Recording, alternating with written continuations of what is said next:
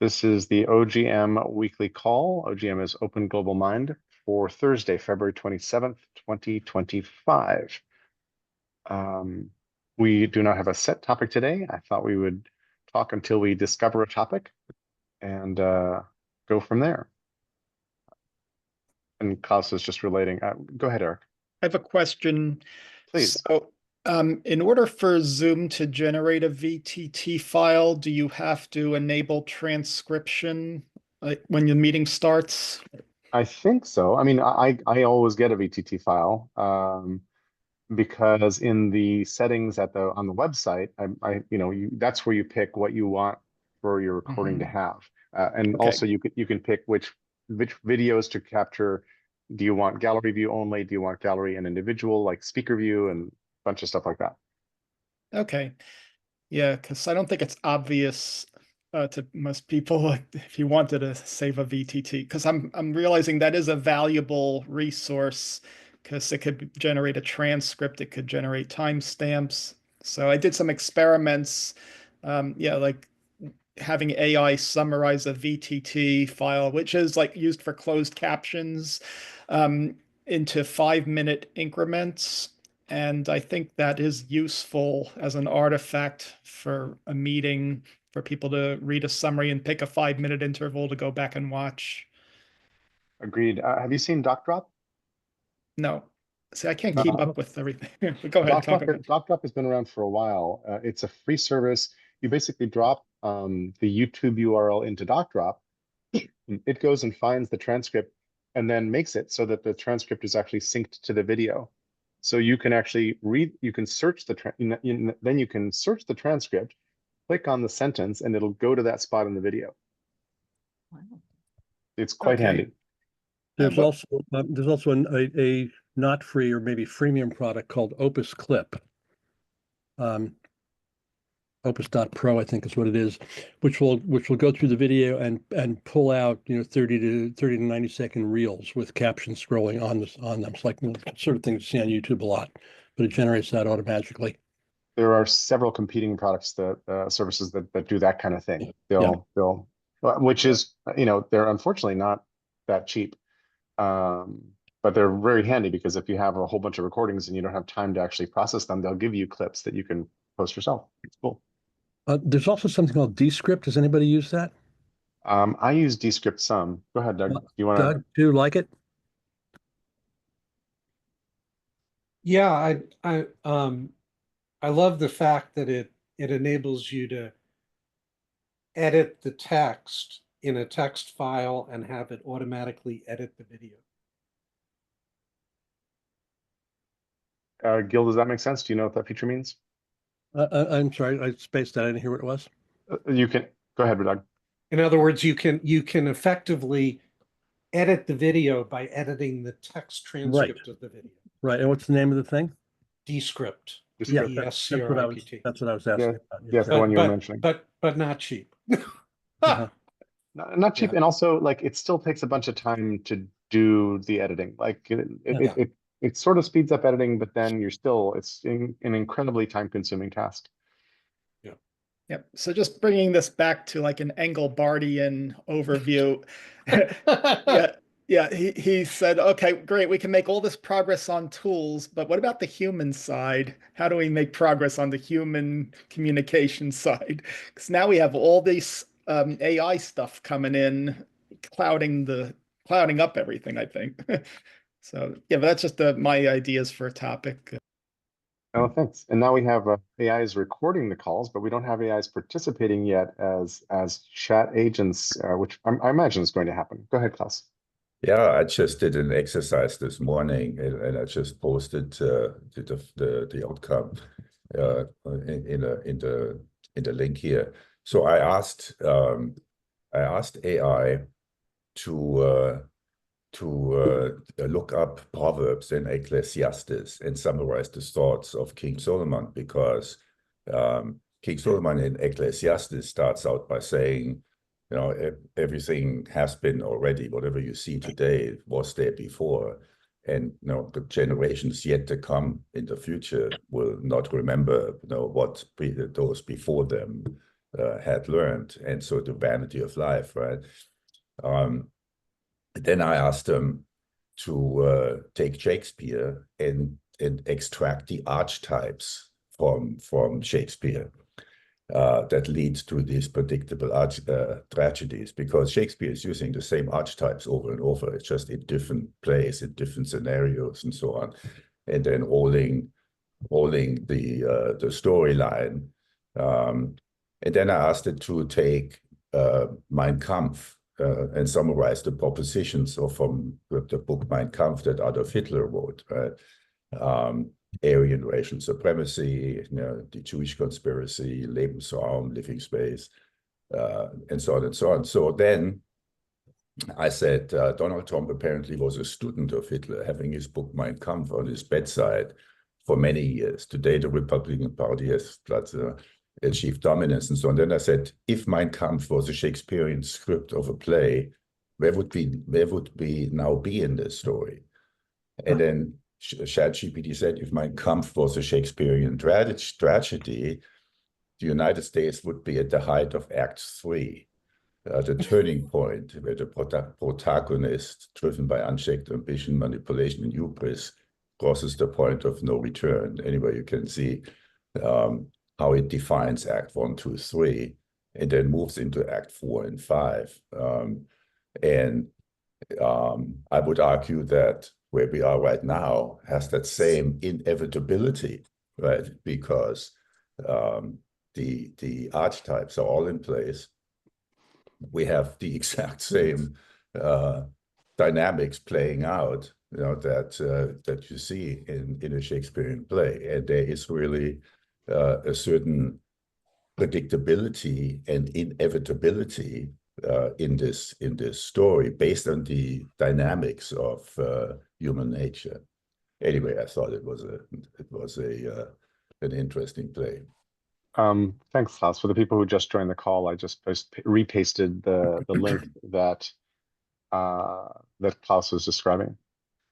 We are sort of moving around looking for our topic for the call. We don't have a topic yet. Stacy, you had something you want to jump in first, Stacy, then Mark, and then Mike. Just real quickly, I really liked the way you sent the email with the 3 choices: Sophie's choice, dealer's choice, but I don't know what fielder's choice is. So, but I do Can anybody? like. It's a baseball thing that I don't fully understand. Can anybody explain fielder's choice, please? And then wait, before they explain it, I just want to Yes. also say to Eric's point of what he was saying before about where humans came in. I've been wanting to say on the NeoBooks calls, Jax had left that recommendation that there should be an observer. And what I wanted to say is that role should be a paid role that then somebody fixes the transcript, because the transcripts are never, the transcripts really need to be proofread. They use wrong names sometimes, they misunderstand sometimes. That's where I think humans and AI could kind of blend. And I think that should sort of be like, we should set that trend. So now you can tell me what fielder is. So anybody want to explain fielder's choice? Does anybody know? There has to be a good baseball fan here. Come on.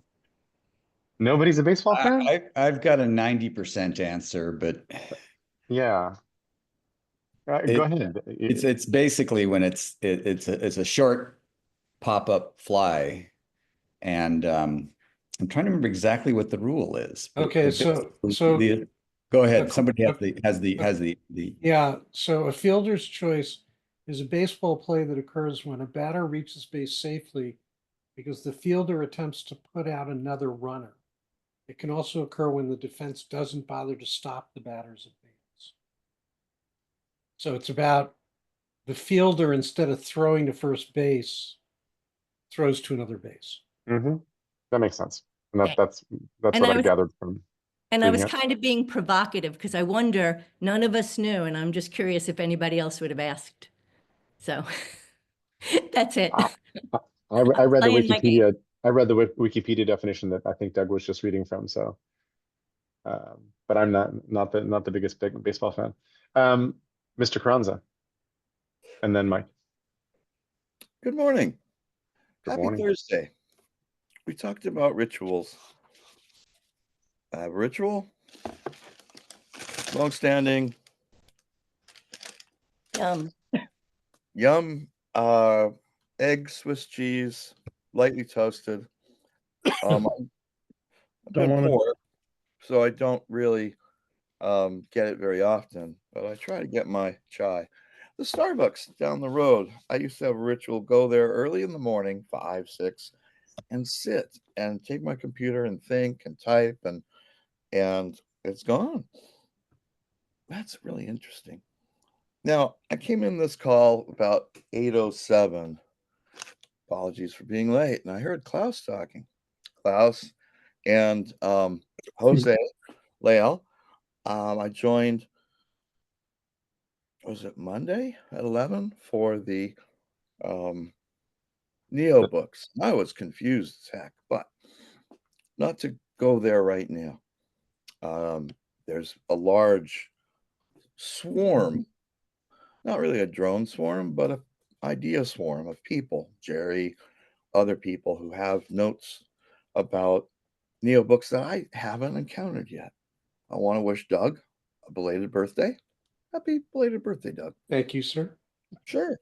Now, coming in and hearing the last of what Klaus said, something about Shakespeare, I've been thinking a lot about hubris, and a good friend of mine, who I consider my equal, but he's very, very quiet, and he kind of hides his intelligence. In fact, I think he thinks of himself as less intelligent than me, and I don't.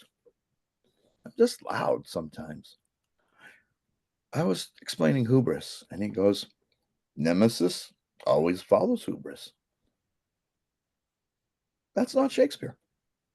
I'm like, that's somebody else than Shakespeare. Sophocles, Euripides, Eumenides. I'm not sure what we should talk about. I'd like to talk about, I need to get some kind of employment and get off of, my mind is blocking this. Disability. Pay my rent, pay my bills better. I was thinking about, Carnegie something or other, talking to Mike. I shout truth to power sometimes. People say, Mark, stop shouting. They won't hear you anyway. I don't know about that. I invite people to check out what I've been doing on Facebook.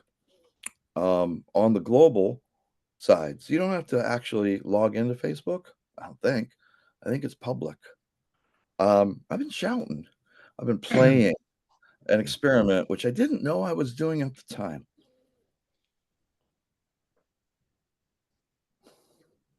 I don't know what we should talk about, but that's kind of a check-in. I could say a heck of a lot more, but I'd like to be quiet, listen to Mike, listen to the rest of you. Good morning. I'm gonna stop video so I don't bother people by eating. Thanks, Mark. You can always do that. That's all right. I prefer to, I got busted teeth. I haven't shaved. I'm scruffy this morning. I can see myself right over there, which is actually over there. If I reflect, Mark? I'm off. Thanks. I'm Mike, glad you go ahead, haven't Mark. picked a topic already, because I had two different research questions that I thought I would throw at this group. Please. I've done this in the past a few times, and it's always been incredibly useful. I want to be respectful of everyone's time, so I don't want to fill a full hour with this, but if we could kind of devote 10 minutes to each topic, it would really, I think, lead to some interesting insights and most importantly, some things I should go read or people I should talk to. So the first one is an idea for a short essay, triggered by the astonishingly ham-handed effort of the Doge people to cut research funding. And it seems in general, the more important the research and the longer term the project, the more clumsy they've been. So we're seeing all these graduate students who live from week to week, suddenly not getting their paycheck and wondering if they should go into the research field of their choosing. In some cases, they've already devoted 5 years on a PhD. A number of universities, some of the top research universities, have departments that have already said, we are not going to accept any students for a doctorate this year. We have no idea what the funding levels will be. We have no idea if our major grants will be renewed. So this is an essay in the form of a memo.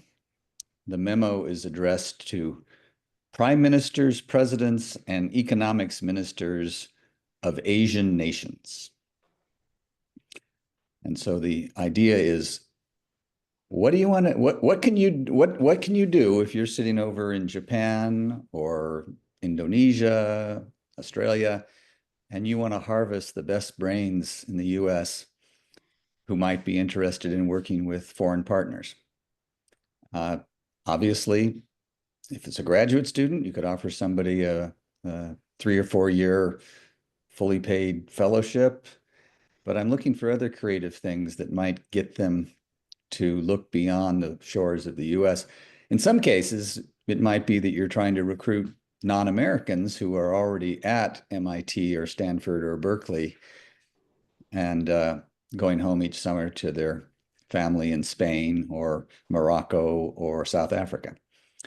But I just would like to think, how could we frame this, and what specific actions could we recommend to these prime ministers and economics ministers that might either get somebody who's now based in the States to flee for a year or 2 or 5, or perhaps even down the road, get them to establish roots and really become part of the research infrastructure in universities or in industry in these countries. I know a lot of you have thought a lot about innovation over the years. It's so much easier to be outside the core US universities now. You can do calls like this whenever you want. So that's question number 1. And the other question is one that I will pose in 1 sentence, and you can think about it, and we can turn to that when we run out of things to say here. The other question is about how do we establish, develop, perfect, and deploy globally a much better, much more user-centric system for digital identity and attribute management. But I'll introduce it more, but some of you might not care about the first topic, but if you can use your cycles to think about the second topic, that would be cool. Thanks, Mike. Anybody have thoughts on the first question? Yeah, my first thought on the question was Mike is once again excessively relying on the assumption of reason and logic and good sense among decision makers. But then when you talked about when I heard that you were talking about prime ministers of other countries, or something like that still prevails, I thought, okay, I could see that. Logic and persuasion in this country is not the pathway right now. That's not what. No, it's gone. It's all about emotion, and facts are despised. Yeah. Although, Bernie Sanders is making some very interesting moves right now. I don't know if people have been tracking that. He's on the road again. He's doing big meetings all over the place aimed at Republicans and MAGA voters, basically saying, look, guys, you were noticing you're about to get screwed. This is not what you voted for. The benefits you rely on are being taken away. You might want to call your representatives about that, because if we can move 4 Republican House members, we stop them. So he's not talking to us. He's talking to people who voted for Trump, saying, you guys need to start making calls to Republican members of Congress. Very interesting. I mean, he's getting like turnaway crowds all over the place. Yeah. If you want to join the movement, just type in oligarchy tour. Oligarchy tour? Cool. Yeah. Yeah. The people have been giving him all sorts of criticism on why that's a really bad term to use, and how, you need to use 3rd grade words because that's what Trump told us. But, and it also sounds a little bit like he's in favor of oligarchy, but it's his brand on this tour, and it's going to be fun. But I'm Mike- very impressed with the Asian leaders, at least about 5 countries that I've worked with. I just tuned in at 2 o'clock this morning to a Taipei meeting on rights online. And if you haven't ever watched RightsCon, this is a good year to do it, although it's very depressing. The vice president of Taiwan is biracial. She's the daughter of an American serviceman actually not a serviceman, an American professor who was studying in Japan and met his Taiwanese wife. And she is now this astonishingly talented vice president. And she gave a talk all about, using the internet and how it's going to drive innovation to the next step. But she's the kind of person that we're writing this for. And I think they would probably take this very seriously.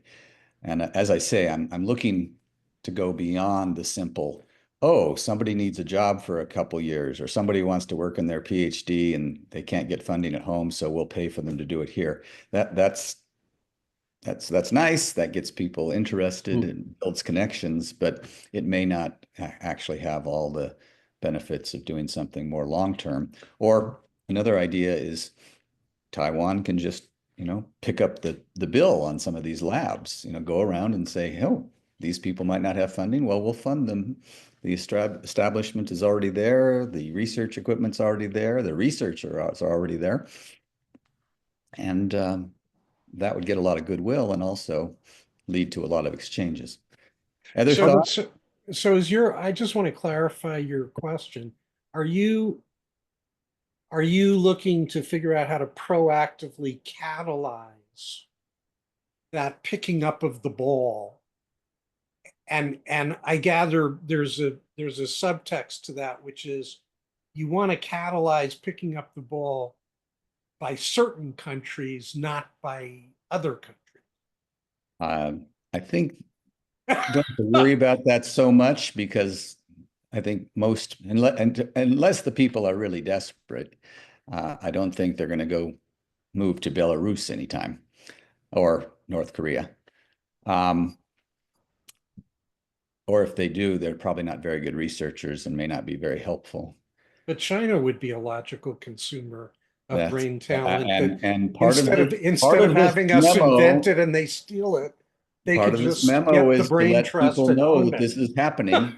I mean, this is a memo also written for senators and congressmen who might start calling up the White House and say, what the hell are you doing? We've got 17 very useful things that China, Japan, Korea, India are going to start doing, and stealing our seed corn. And that's the phrase we always heard, our research seed corn.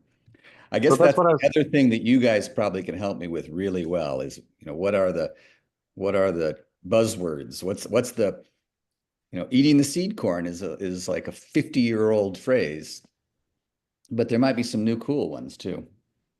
I like So that. when you first mentioned this, Mike, I thought you were sort of saying, hey, this is a way to poach US research. There's a nice big window here for you to poach the cherry, the cream of US researchers.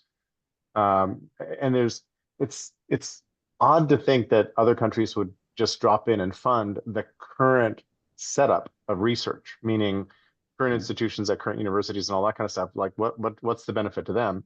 But boy, could they like set up new labs and do whatever. There could be a tremendous a transfer of brain power if they wanted to, which led me to a different place, which was writing your memo as a piece of satire.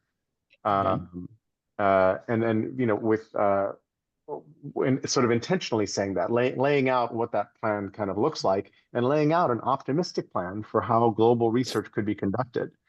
And hey, you have an opportunity here to fund a new research entity that does things in different ways, that bypasses some of the, if you wanted to take a critique of the current research systems and how they're broken, you could suggest that they could take a moment to fix those things. Sorry, and Stacey, I think you wanted to say something as well. If I can respond in two sentences to that. I thought about that initially, and you've just made it much more interesting and much better. So thank you very much, because I think making it a satire by making it specifically an individual country. So it's a memo from the science minister to the prime minister saying, hey, there's this amazing opportunity, boom, boom, boom, boom, boom. And if we do it right, we don't only plug into the existing global research ecosystem, we fix it, improve it. Boy, this brain trust flea market tag sale, US now. Yeah. Well, that's what we're talking about. Okay, Stacy. Stacy, over to you. No. I just said that I like the phrase, the seed corn phrase, and I love your suggestion, what you just said. I didn't have my hand up.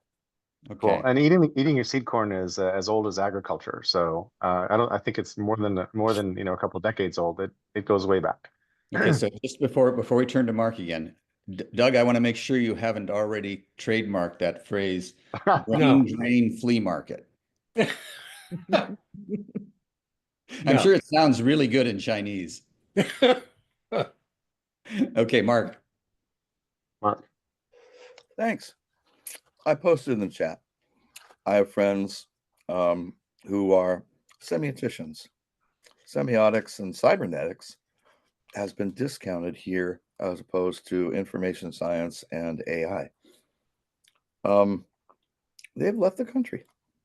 They participated in biosemiotics conferences here at UC Berkeley, which I participated in. Also, Mark from the Internet Archive gave a talk. I have no degrees. The last classes I've taken were at community colleges. I'm not Herr Dr. Professor Mark, but I know a few things. I can read a few books from around the world. I know that without even an AA degree, I can go to Europe. Could I go to Europe if I had the money and get grants? When I was in Spain in '95, I was astounded how many banks, caixas, in the Basque Country were supporting the arts. And I compared that to what was going on here in America. Other people have different funding priorities. In Europe, in Asia, in Latin America, which I would hope we would rename America to the True North and Latins. Never, ever Latinx. Thanks. Other buzzwords, other thoughts, other examples? I know the folks at Tartu, and I've been very involved with the Finnish innovation agencies forever, and it's really impressive. I would think that they who fund get the goodies. So the information transfer offices at all these universities, rights transfer offices, like if a country steps in as a surrogate funder for USG Inc., then they're in first position for, IP transfer fruits of out the back end. And I would think that, as we know, it's not about just sending the patent or sending. No. I get that, but I think there is a tremendous value in this domain in particular in capitalizing on what's already been capitalized. You already have the labs, you already have the infrastructure, you already have the IT systems and the data repositories, which are actually the biggest thing threatened right now, is the maintenance money for the underlying research data that a lot of the work that's being done is being done on. And that costs money. The care, feeding, and maintenance of the data of a database costs 8 times the capital expense of it per year. Just to keep, just to preserve it. It's from years ago when I was more in that space in business. That's like my third paper I'm working on right now, which is, what's a vision? Yeah. Data maintenance. No, it's really, it's proving out with all these massive data centers. The cost of the data maintenance itself is exponential relative to the capital cost of the equipment. And having that and picking up the ball on carrying that, you know, whence goes that goes rights. And we live in a virtual globalized world in this domain to a certain extent. So do they really need the physical presence and the bodies, you know, the meat sacks in their territory? Is that really required? Or do they simply need to know from a IP standpoint, from a commercialization and exploitation standpoint, that they're in first position? Great. Well, if anybody does have numbers on the sustainability of data structures, I'm involved in a committee at the National Academy of Sciences called CODATA. It's the U.S. committee of a large global network of agencies and data repositories that are trying to crack this nut, trying to find a way to easily, simply do what the Internet Archive has done for the web for all different types of research fields. And Mark knows just how impossible that is politically and legally. But this is a vision that we should have. We should have had this 20 years ago. But it's very, very frustrating that we're not even talking about it very well. Partly because data is about as unsexy in the political realm as, well, I can't even think of something that's less sexy. Maybe sewage treatment plants. May I? Go ahead. Please go ahead. Sewage treatment plants are, to me, technologies that are pastist. I'm a pastist. I'm not a futurist. I like shipping. I like trains. I'm not looking for drones to deliver a wedding ring to my home because that drone can be grabbed with a fishing net. Little story. I'll try to make it short. I worked for a group called Synergistics based in Virginia. And I flew to Washington, D.C. to help out with component-based social media, where we would have little components, chat, threaded conversations, knowledge systems that you could plug and play. Pick what you want. And I could speak greatly about why that failed. And it continues to fail. And I joined the Neo books because I heard something about component-based social media. Our team got eaten by Microsoft, and we got stuck to continue to develop Microsoft's Data Mart, where they had data from the UN for free, data from the NFL for a fee. And you could go in there and get data, and you pay for it. And it was around for about 5, 6, 8 years. After I had left the group, and eventually I worked at the Internet Archive, and I was one of the first, or I went to the second meeting of Kevin Kelly's Quantified Self groups, which talked about citizen science, self-created data for understanding oneself, and how to share that data, because data is very difficult if you go into Web 3.0. What's Web 3.0? RDF. It's not AI.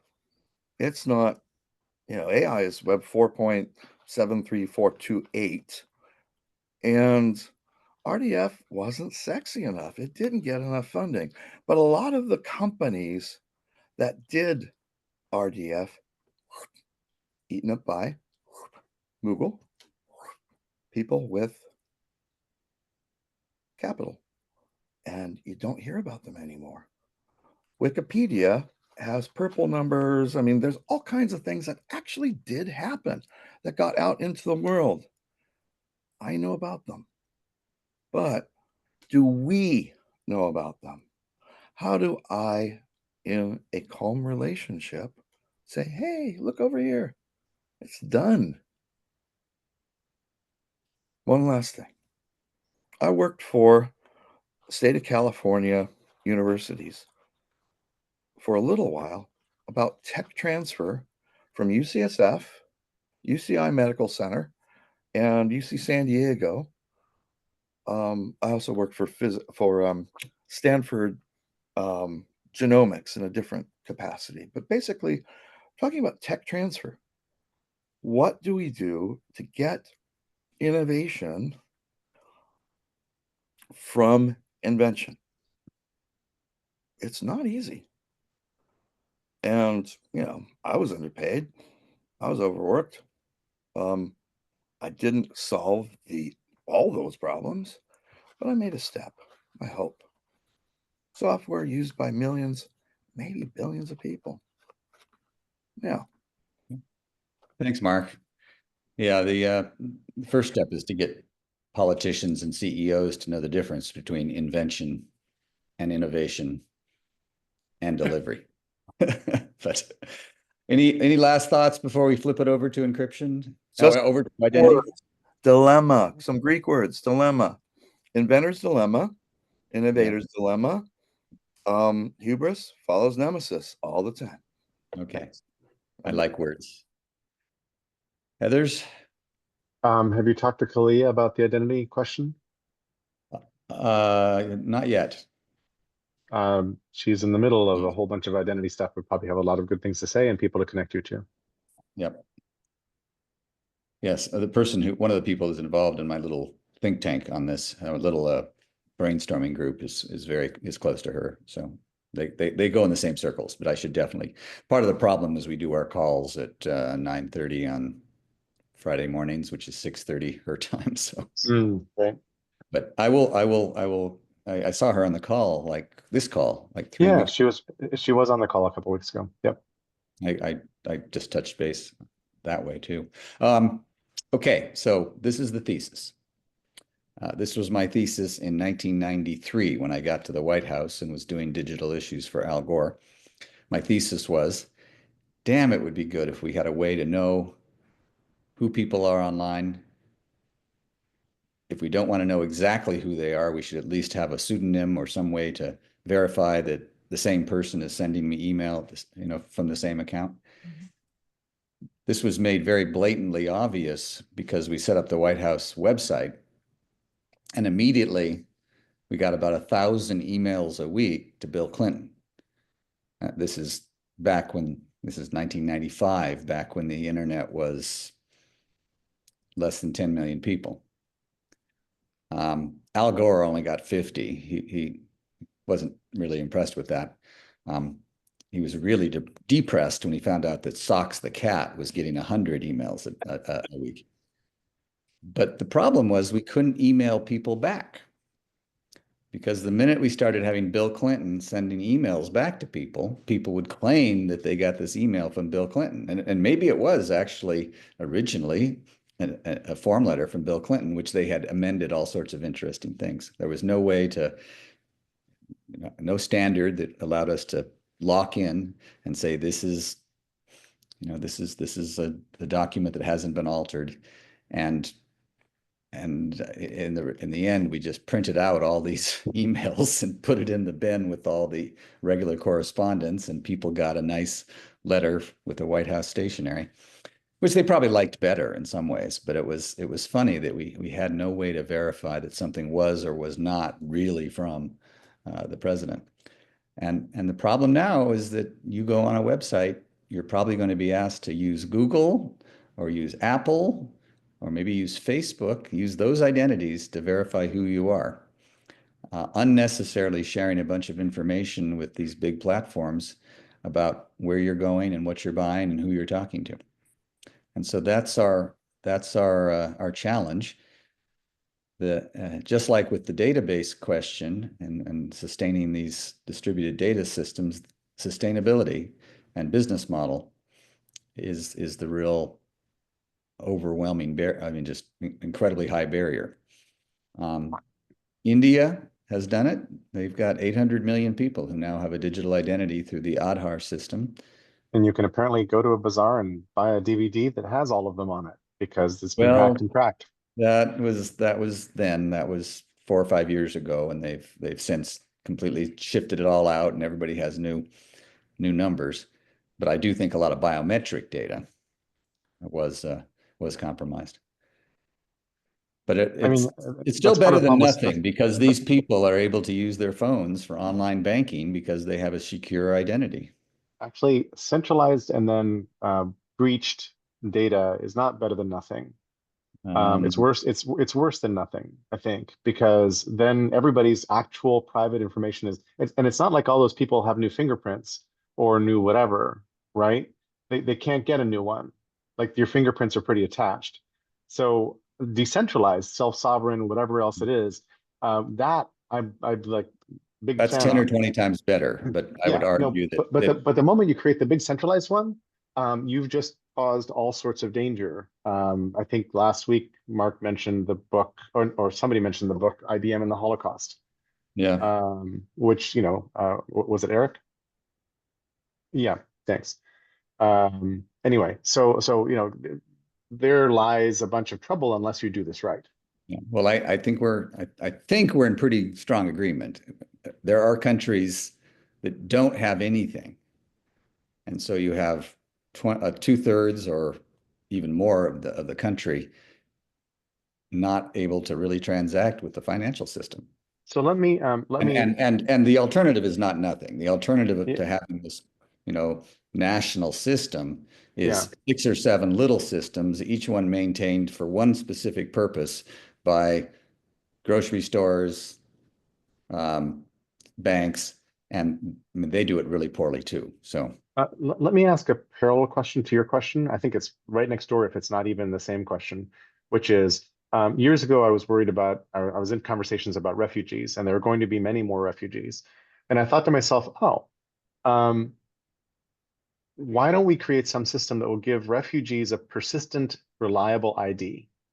Hopefully decentralized, but that makes them a first-class citizen. So they now, the problem with refugees is often you left your papers, you're sometimes a person without a country, whatever else. Let's create some new interesting status. And then let's give those people, if you're using Google's suite of apps, you have full capacity to make stuff, write stuff, share stuff, whatever with other people. So, something like that, or maybe it's the open version of that, like Libre Office or something like that. But let's give people a persistent ID, a suite of tools, and then some other sorts of things so that anybody who is ID less was the original idea, because I was thinking refugees would have a basis to get work, to learn, and then as they passed courseware modules, they could have I've forgotten what they're called, badges, basically talking about what they've achieved. They could build a credentials bank around this ID. They could do a lot of things with the ID and then selectively disclose to different people what it was they wanted there. Also, Doc Searles has done a lot of stuff in this space as well. yep. Well, so certainly been following Doc's stuff, and he had a nice overview article just recently, and I know him pretty well. Yeah. But the real question, which Doc and others in that circle are not answering, is why the hell haven't we gotten this yet? And that's the real bottom line question. Why hasn't this happened 20 years ago? And I mentioned the big one, which is lack of a business model. There's also lack of trust. You don't trust Microsoft. You don't trust the Indian government. You don't trust Visa, although it seems most of us do.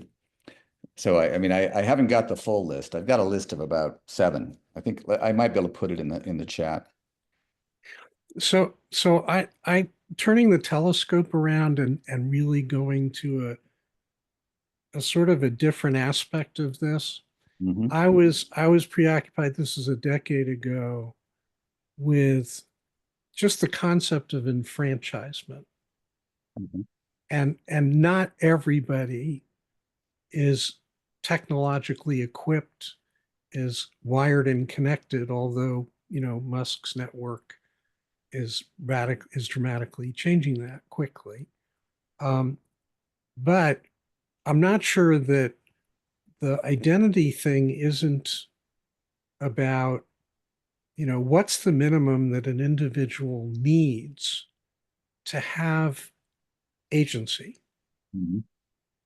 And it really comes down to a really dumb, inexpensive device that has a button, because a button means you can say yes or no. And it has a biometric reader that, has to be actively, triggered live by the person holding it. And that provides you with synchronous identity, right, in real time, and then wireless connectivity. So if you have those three ingredients, you have enfranchisement, and you can execute that cheaply enough that you can do 8 billion of them. And you can distribute them in rural areas and remote areas and places that are completely non-developed, non-equipped, and still have people in principle, with a dropped kiosk that enables them to walk up and with a button make their voices heard.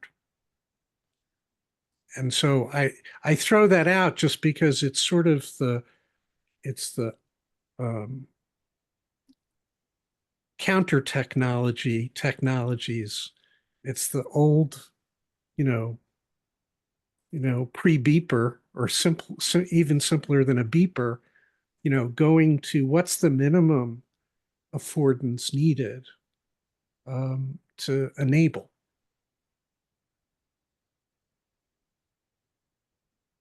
Have you seen anybody spell that out in a nice, clear series of five slides? Well, not since I made a run at it 10 years ago. I have no idea which driver, whether the computer it was on is even. But no, but it's sort of the, everybody's looking to,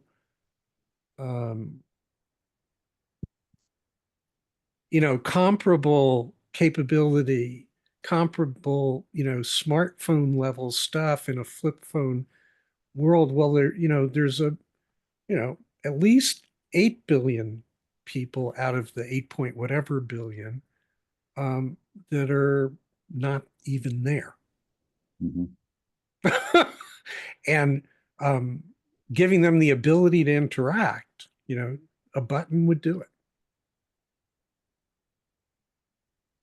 That's really helpful. I mean, that's the other barrier that actually is not on my list, which is the featureism. We build something and then it's working. It actually has everything it needs to do the job. But the engineers come along and go, well, I think, 5% of our target audience, they might want this. And now you've got a whole nother system and you have to rewrite the documentation and the training manuals. And Kevin. Yes.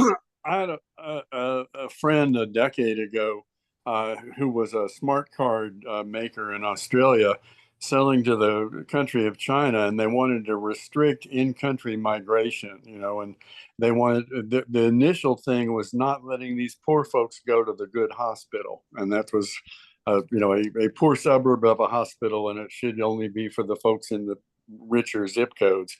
But digital identity is an amazing tool for oppressors, who and it's and that was, they were using smart cards, and because it was not smartphone, right? But you had to carry it. Obviously, it's been digitized and stuff, and they're real happy to sell to those folks. They sell to a lot of people who want to keep the people down with knowing who they are, and you can't go there. I mean, that's you get paid a lot for that. Mm-hmm. Yeah, that's the other flip side. You always hear, oh, well, however this idea is implemented, you're never sure that somebody isn't building and tracking. But the other piece of it, as you say, is constraints on movement. constraining your access to the things Yeah. that you might. Yeah. I once had a business that had access to all of the state government databases in Mississippi. And there wasn't really a business to be made around it then because everybody just had one point access through ADP or Westlaw or whatever. And I sold it to a guy, and they ended up being the largest pre-employment screening company in the country. They couldn't look for workers' comp people who'd filed. They had to look for workers' comp fraud. But really, if you'd ever filed for workers' comp, and they went to places where it was 100% turnover, so they did commercial cleaning and long haul truckers.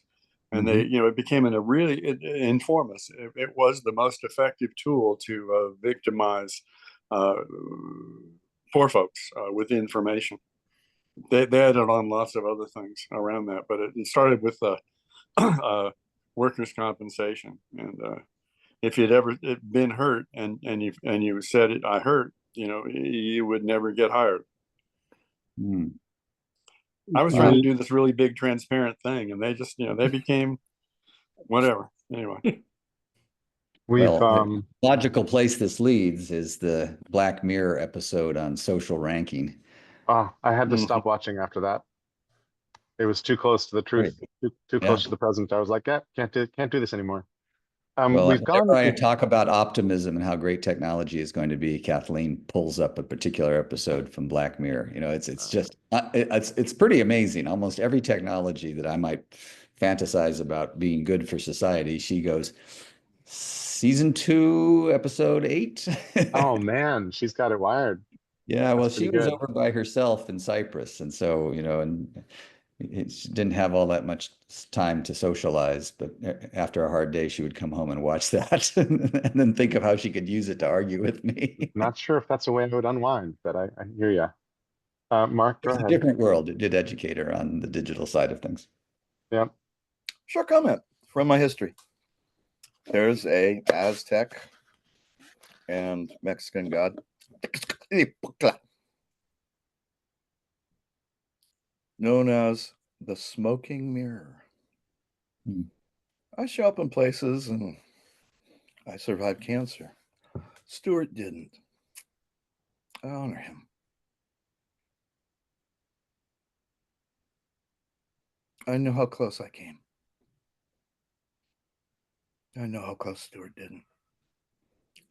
Smoking mirror is one of the worst gods you would ever want to meet. If we hold up a mirror, as Schopenhauer said, smart people, they're really not welcomed by society.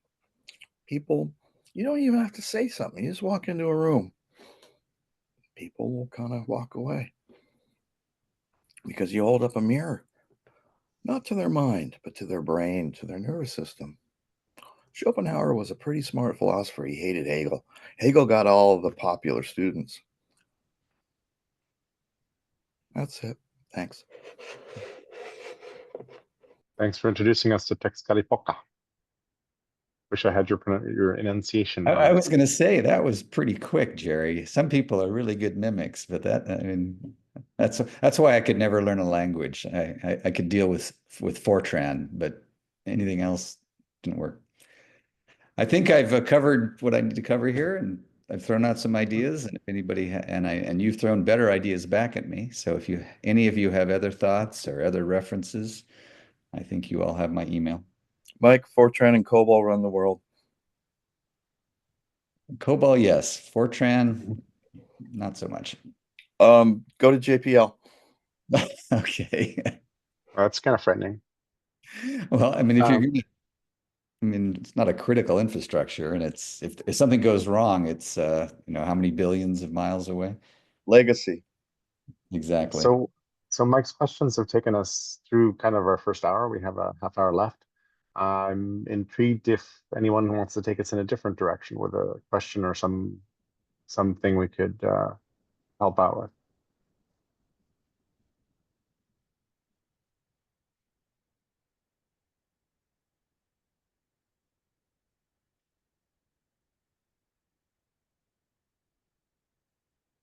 Hank, if we could be your Brain Eric, trust. his hand up. Oh, good. And, Yeah, I just have a question. Now, Jose shared a spreadsheet of worldviews in the Neo books, and I'm just trying to figure out the connection of that to your objectives with Neo books. Is there a brief explanation of oh, how that? sure. Yeah. I could probably do that. And too bad Jose is not on this call, but um, so Marc-Antoine Parent, who is a regular on the Free Jerry's Brain calls, and Jose Leal, and Marc-Antoine has been joining the NeoBooks calls as well a bit. They both have parallel but different desires to understand what a statement, what an assertion is based on. So if I were to say something like, "Hey, assume good intent," is one of my principles. Well, what is that based on? What are the building blocks and belief systems that sort of builds on? And Jose's spreadsheet is an attempt to map some of those underpinnings and describe them explicitly as philosophies or assertions or other kinds of things. And I can't emulate it, or I don't know that I would have come up with the same spreadsheet, but it's quite fascinating. Yep. Where Marc-Antoine is actually going into the semantics, the technical semantics of words, and he runs incredibly deep in that direction. Both of them are building infrastructure, superstructure, scaffolding, I don't even know what to call it, that fits around what neobooks are trying to do, where neobooks are trying to make, basically set ideas loose in the world so that they can have more effect. And the idea is that a book is actually sort of a prison for words and thoughts.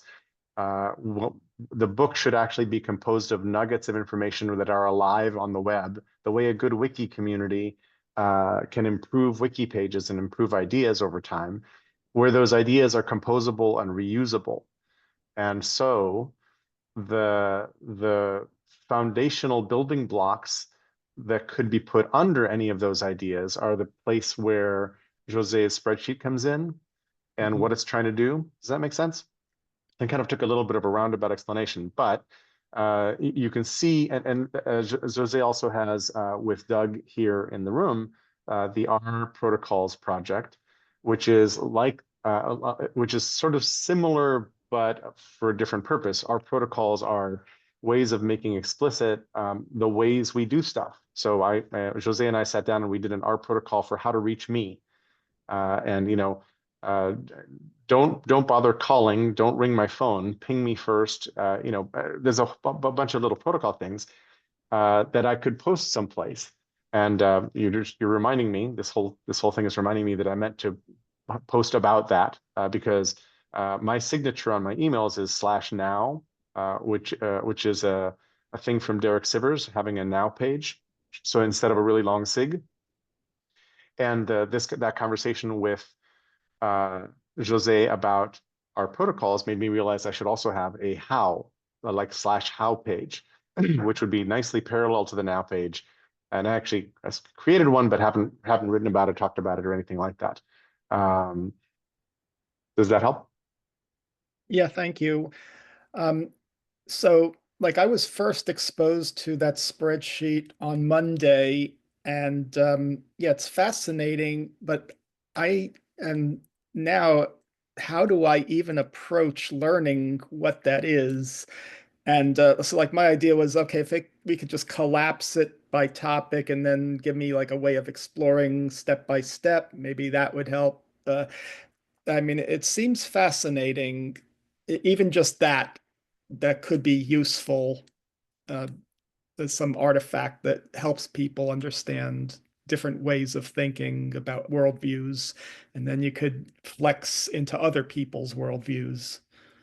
That's very much the intention of neobooks broadly, and I think Jose and Marc-Antoine's projects as well, where all of us are trying to figure out how do we compare reasoning around ideas, how do we use that for better discourse to make better decisions is hopefully the conclusion of it.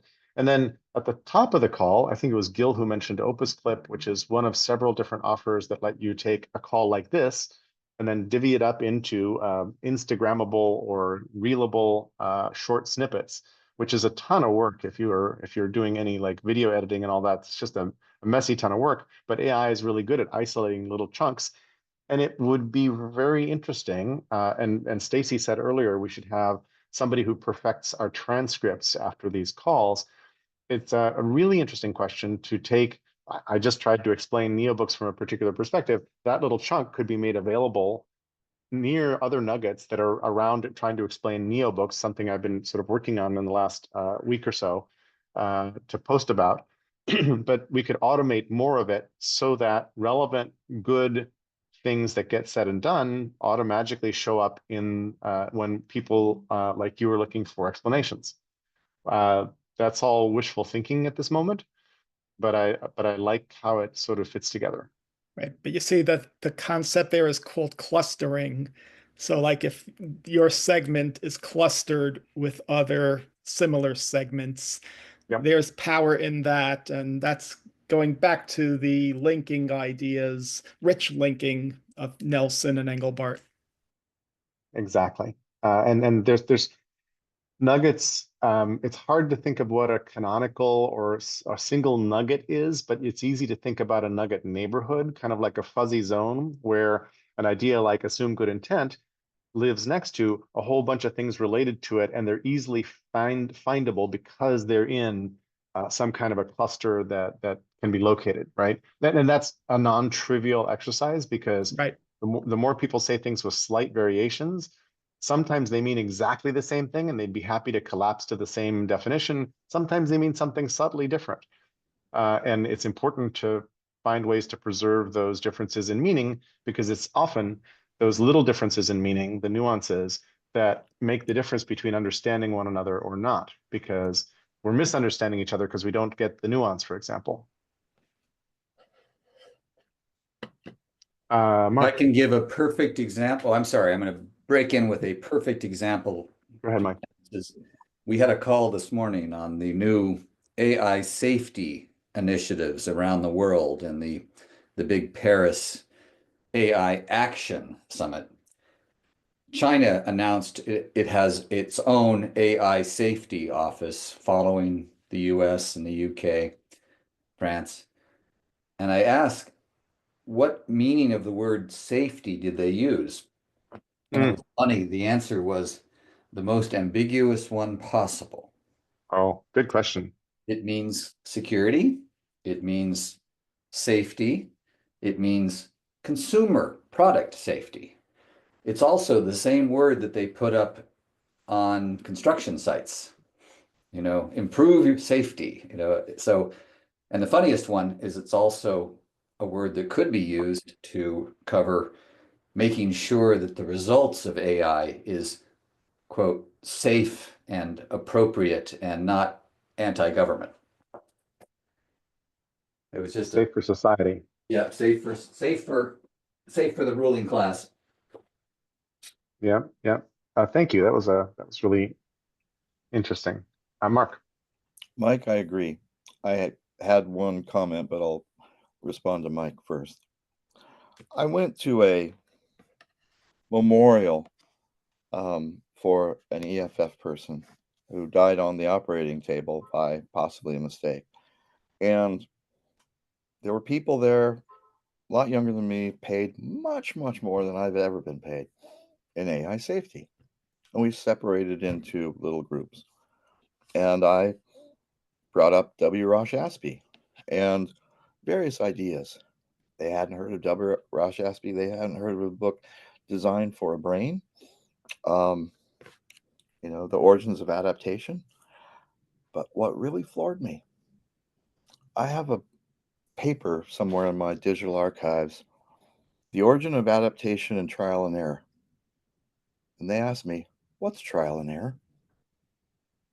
And I was floored.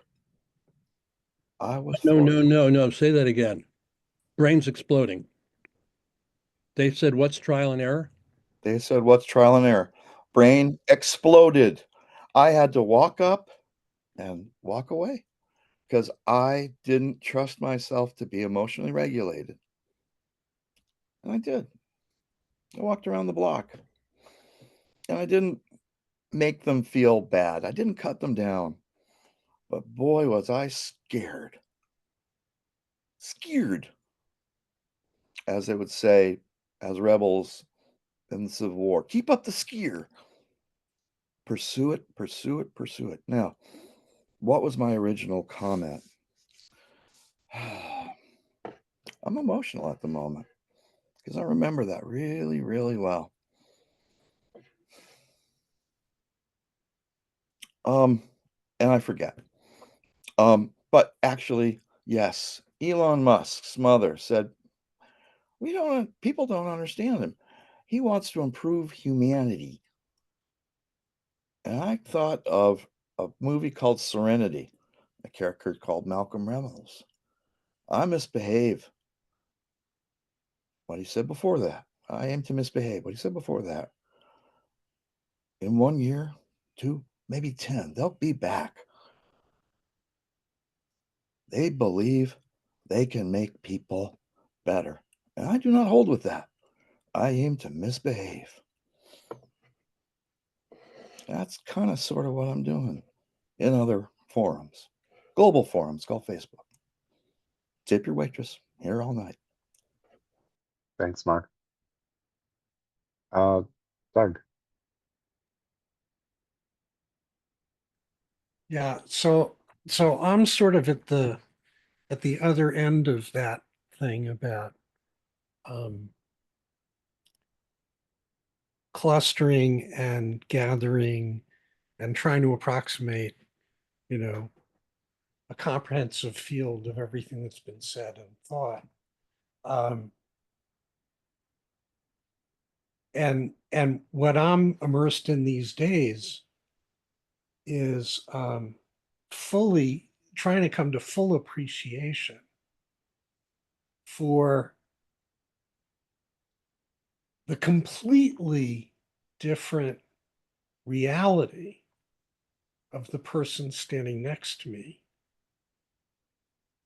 even using similar language and having a felt sense of affinity, alignment, consonance, and them having a completely different understanding on a semantic level on individual.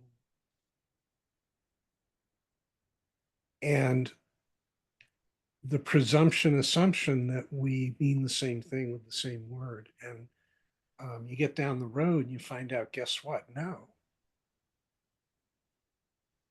And the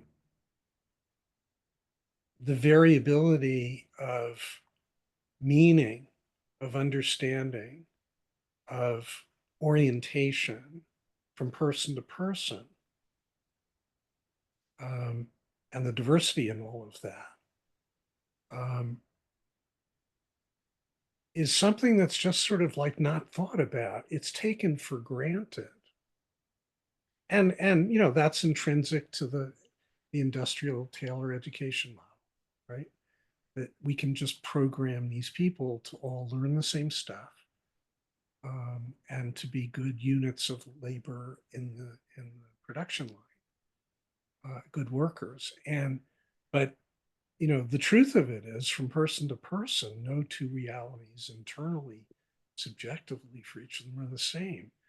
No two hearings, understandings of expression, verbal expressions, gestures, visual cues are the same. And I think it would really behoove us to turn that telescope around and work backwards from that. Like, start with how can we approach the getting to common understanding on the most basic and fundamental level first.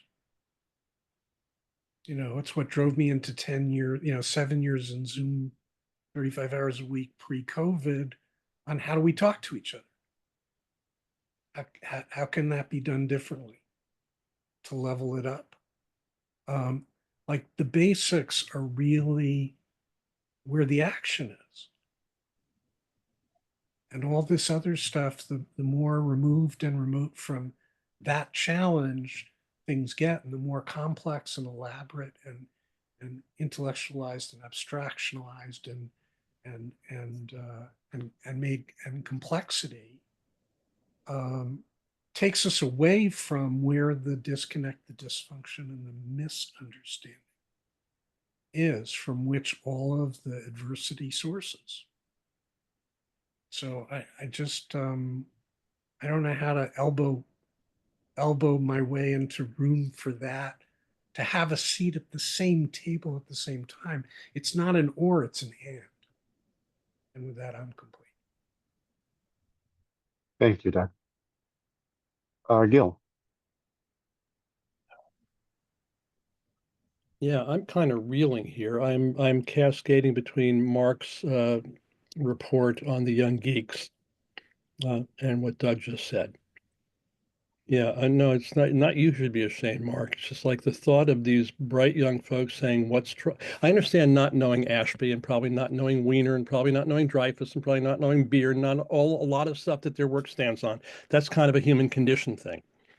But not knowing what trial and error is just like the most staggering thing I've heard, maybe this year. Ha. It's like the mechanistic worldview in extremis. Everything can be designed and seen in advance and programmed through. And it's really ironic because AI doesn't work that way. Neural nets don't work that way. They have a stochastic random exploratory capacity, sort of like we do. And yet these guys don't get that. It's just bizarre in my head, is exploding on that one. And then Doug, I mean, you said a lot, but what you said at the end about learning, how do we talk with each other is so fundamental. Ken and I kind of mostly focused last week's Living Between Worlds call around that question, but it's not just how do we talk to each other, it's how do we listen to each other, which goes to how do we listen. I've been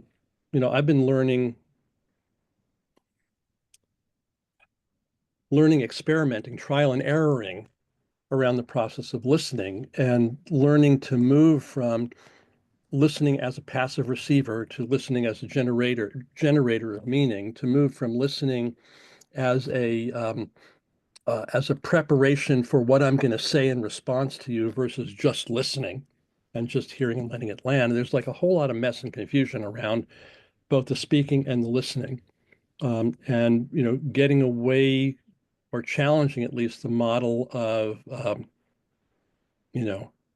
transmitter, message, receiver, meaning to something else that's happening when we are talking to each other that's different than transmission of information.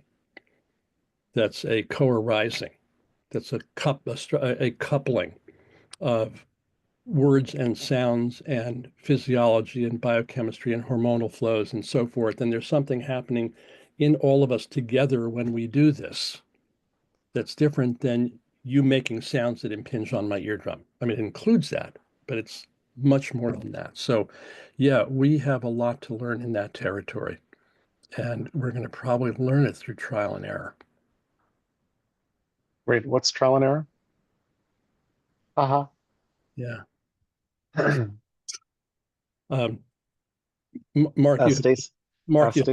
you've like fucked up the rest of my week, Mark Carranza. Well, you're welcome. I mean, inconvenient truths. Where have I heard that before? It's just telling truth to power, telling truth to the powerless. Oh, there's Judy. I want to hear from Judy because I love what she says. 3M, Minnesota mining, digging stuff out of the earth and turning it into products. Judy, I bet you were underpaid and underappreciated there. I appreciate you here. I don't have any money to pay you, but I've got ears. I want to hear what you say.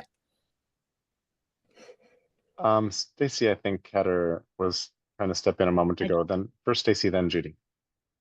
Thank you. I'll be real quick. To Doug's point, just to personalize it a bit, I spent 3 hours on a phone call with a gentleman, and it took 3 hours before we realized we voted differently. And I was like, how am I going to deal with this? I knew I did not have the ability to moderate my emotions and have that conversation with him. What I did do is I allowed him to be my Facebook friend so that he could read through and we could interact there. I'm still speaking with this person. We've pivoted to Christianity and spirituality because I can handle myself there without losing my temper. But again, just to the point that it's really important to stay at least in the same, I don't know.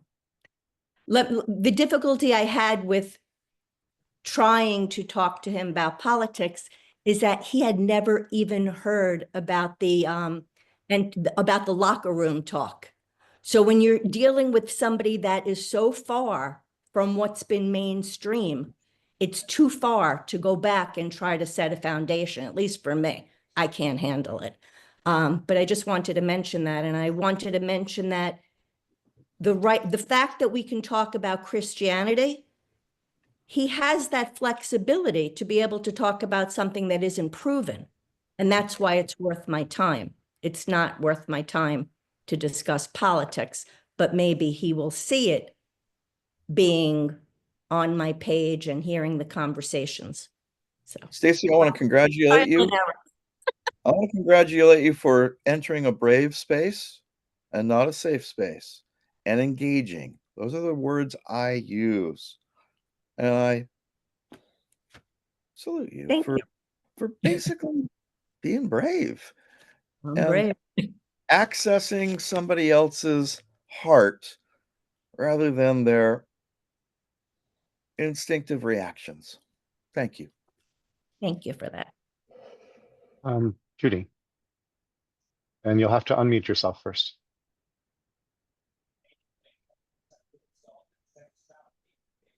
Which requires finding the Zoom window. There you go. Well, I'm having kind of a quandary. I'll do the simple thing first and react to the comment that 3M didn't appreciate me. They actually did, partly because there's such a company focused on diversity of opinion and innovation. I'm not sure they still are now, but when I joined them in '76 and left in 2003 and was at not yet a VP, but a director level, which was pretty uncommon for women at the time, they did appreciate me, but I did get some good coaching in terms of my favorite line of coaching was someone who said, you should learn to be more patient. And then he corrected himself and said, no, it's the impatient people who get things done, but you should learn to manage your impatience.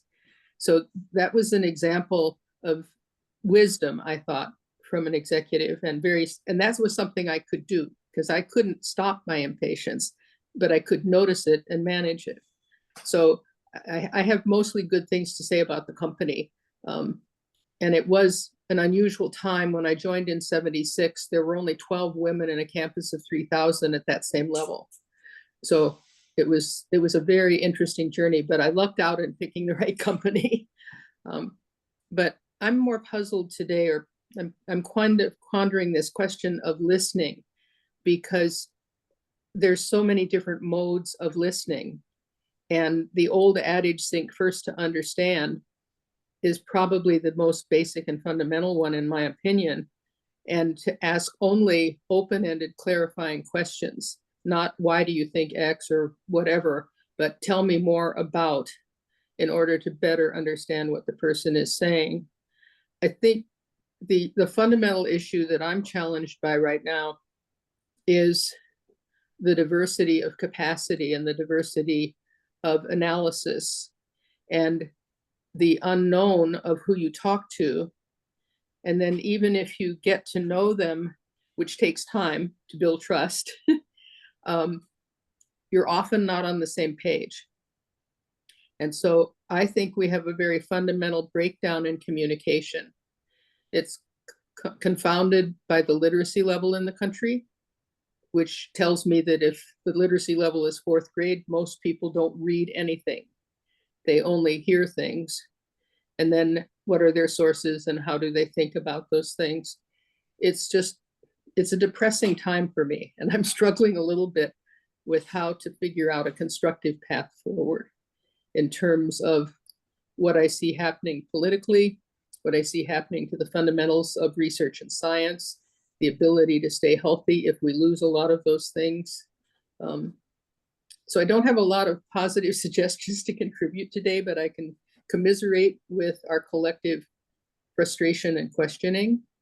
And I think it's important for people who do think about things to share ideas of how to, I don't know, get your finger in the first button of the dike that needs to be cemented back up in terms of trying to help something constructive happen. I think I'll stop there because I don't have a coherent thought anyway. That's okay, Judy. Thank you. Judy, were you on the call when Mike was asking his questions about research at the top of the call? I'm not sure where I saw you come into the call. I was, but I wasn't quite sure how to answer them. Okay. What I see is that the research community is in a panic of disarray at all levels in all places, because my daughter's in that community. She's a faculty member at Baylor, and she's my barometric point. She's well above average in that community. But I lived in the research community for my whole life. I mean, I went through to a PhD and then went to 3M and was doing research. And the inability to fund research and to fund universities at the fundamental level of the indirect costs is doing irreparable permanent harm to the state of the nation. And I just can't figure out how to get my finger in the dike or what to do other than call legislators. I've been told it's better to call them than write them. But it's just a very frustrating and depressing time right now. And I think research needs to continue to happen, but I don't know how to support it if we lose the federal funding that's contributing to that. And the only thing I can think of is to go to some of the private funding, but they're dependent on government connections anyway, in terms of how their money is managed and what gets done with it and what they can take as deductions and all the other stuff. So I'm asking partly because Mike's question opened a little Pandora's box in my head about how research maybe, I'm going to use a terrible word, ought to be done, because I think research has been broken for a very long time. A lot of basic research, corporations used to do wonderful basic research. You know, Bell Labs is the notable, the golden era of Bell Labs is the thing we all point to. And other sorts of things like it. Xerox PARC did a bunch of stuff. That's largely, I think, gone away. And then university research has been largely co-opted by corporate researchers who were kind of twisting it toward how to make for-profit things they can enclose and take away. And I think people who are deeper in the research community know, and then there's the reproducibility crisis and a bunch of other things happening. I think that research is really hobbled and not doing its best right now. At a moment when we have new intelligences joining the conversation, distributed people can now step in and solve problems who don't have credentials but have wisdom and have insight. And we've seen that happening now for a couple of decades, but we haven't done anything about shifting how research happens. And it feels to me like somebody ought to be, and somebody probably is, having a conversation about a really great positive future of research. Like, how could this be done much better to serve mankind? And I don't mean that in the Twilight episode way. It's not a cookbook. But I just mean in the service of mankind, and I don't mean that in the Elon Musk way of reproducing so much that his genome will be out there like Genghis Khan's in the population. I think that's one of his intentions, actually. And I'm very intrigued by how open research and open science actually win the game without needing the sort of tax subsidy thing that the current administration is trying to undermine and destroy. How do we replace it? So, Mike, when I recommended earlier, just you do satire, that got me thinking about the tail end of my comment, which was, and along the way, how about suggesting a better way to do this damned thing? that's kind of where my head and heart are right now. It's like I really want to figure out how better to do that really important thing, because a lot of reasonably good things come out of it alongside, you know, dynamite and nitroglycerin. Don't waste a good disruption. Yeah, yeah, exactly. Thank you No, for taking us in that direction, Jerry. That was really good. I'm sure other people have comments to build on that. Anybody? Bueller?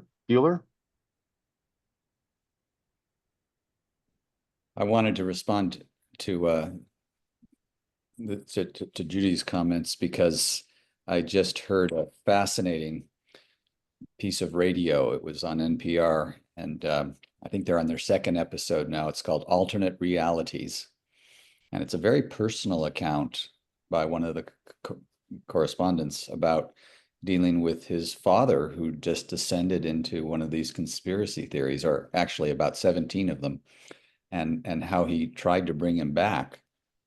And how, in the end, as Judy said, it wasn't about fact versus fact, because this guy was completely suspicious of anybody who tried to bring him facts.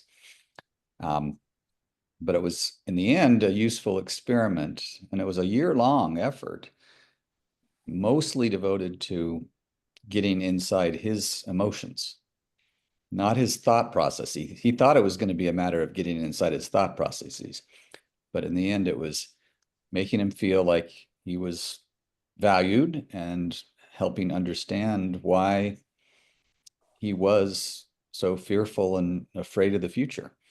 One of the most poignant things was at the start of 2024, his dad said, you know, I just know these crazy things are going to happen. It sounds bizarre. It sounds crazy, but, you know, all the indicators tell us. And it was, you know, Barack Obama was going to be arrested and Joe Biden was going to be thrown in jail, and just a long list of the QAnon flavored stuff. And the correspondent wrote it all down and decided not to place a bet on it. But at the end of the year, he brought the list back out. And, you know, there was no answer. There was no explanation as to why none of this happened. But somehow feeling that he was part of this enlightened circle of hidden knowledge was what the dad was really looking for. And it was partly, you know, as he was getting older and wasn't feeling he was contributing as much, at least he could be special because he was part of the secret society. Thank you. Stacy. Yeah, just one little bright spot. Can you raise your hand if any of you have seen 0 Day? Okay. Just started. Okay, which I love. But what I want to say positive about that is it gives a shared story. At least for me personally, I can use that to connect to other people. I spoke to my friend who's one of those other people. She loved it too. And that at least makes it easier. So I just wanted to mention that. One of the things that struck me about 0 Day, which I also really liked, did not like the first episode or two and then liked it a lot, is that there's room in there for you and your friend from the other side to have very different interpretations of who the villains really are. Which I like that, actually, because then I could talk about in theory without putting a character in, so it removes the emotional tie. Mm-hmm. So I'm Mm-hmm. happy. Mm-hmm. Yeah. I was at a bar last night and I was just going to go in, see if a friend of mine was there, and somehow got standing next to this guy listening to some Irish music. And we had a very short conversation that led to the fact that he lived in a small little town, less than half an hour from my mom's small little town, hometown in central Minnesota. And both towns are very close to Lake Wobegon, the legendary non-existent town. But if you listen to as many episodes as I have, you get enough clues. You can kind of triangulate. But we started having this conversation, and he was in town because he was it sounds like a small time farmer, but he makes money in part by going around and giving talks about what's really going on. And so he's like some of these podcaster influencers. He's not spreading QAnon stuff, but he is, spreading all these paranoid fears about the UN and, how they're designing policies to open the floodgates and let all these non-Americans in. And I was trying to find common ground on some facts. And it was funny because sometimes we'd have the right facts, like the question of foreign aid. If you ask people how much money does the government spend on foreign aid, the average assumption is 25%. And then you ask them, well, what should it be? How much should we be spending to help poor and starving people around the world? They say 10%. And the real number is 1%. Mm-hmm. But he knew that part. But we were mostly talking about immigration. And it was fascinating just to see how he had some of the good numbers, but he just did weird things with them. We didn't make any progress, but I think he at least, again, felt engaged. And he was all by himself. He was just here to go up to the Hill and tell the senators and the congressmen the numbers they needed as part of an anti-immigration lobbying effort. I think I mentioned last week that my friend Al described to me that, Jerry, it's like there's two completely different movies playing based on a lot of the same facts. Completely different movies. One is an apocalyptic movie. The other one is a finally we're getting something fixed movie. Yep. And they're really totally different. Mr. Breitbart, I think you might have the penultimate word today. I'm hoping that Ken has discovered, despite our wandering conversation, a poem that he'd like to recite to us. But first you, Doug. You're muted, however. I just wanted to share a link. This is a YouTube link to a Jeffrey Sachs speech to the EU Parliament that he did recently. That I mean, it's sort of a devastating framing of U.S. colonialism, but for some reason it made me feel better. Him just sort of calling what's going on globally out in just a really clear, just the facts, ma'am, kind of manner that I think rang true for me. But it also pointed the way toward sort of rationalities, even Trump and company, rationalities driving and balancing each other, and what the underlying conversation is really about. And I wanted to share that with you because I think there's solace in clarity in the midst of all the insanity. Thank you.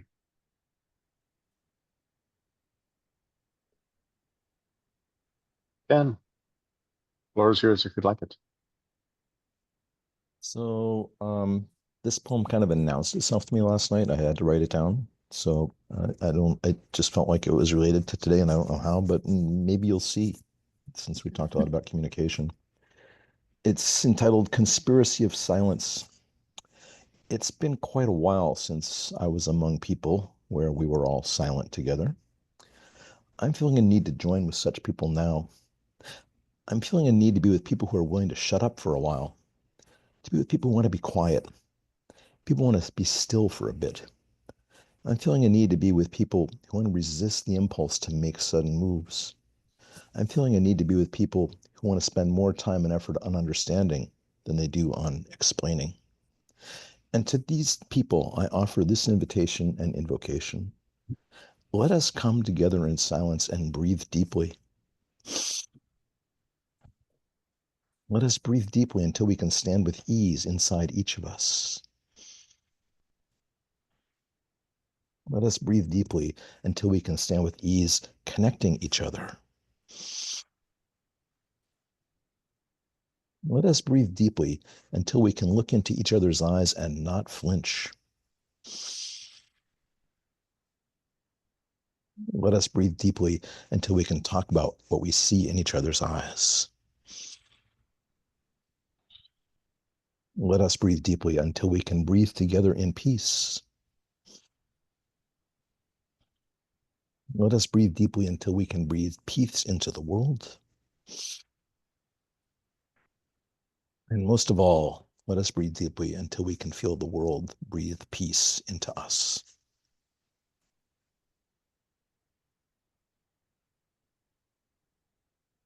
And thank you. It's beautiful. Lovely. Thank you, Ken. Can you share that with us? Yeah. We'll be on the OGM list a little bit later today, I think. Thank you. Thank you all for your patience, your contributions, your insights, your quirky beings. See you next week.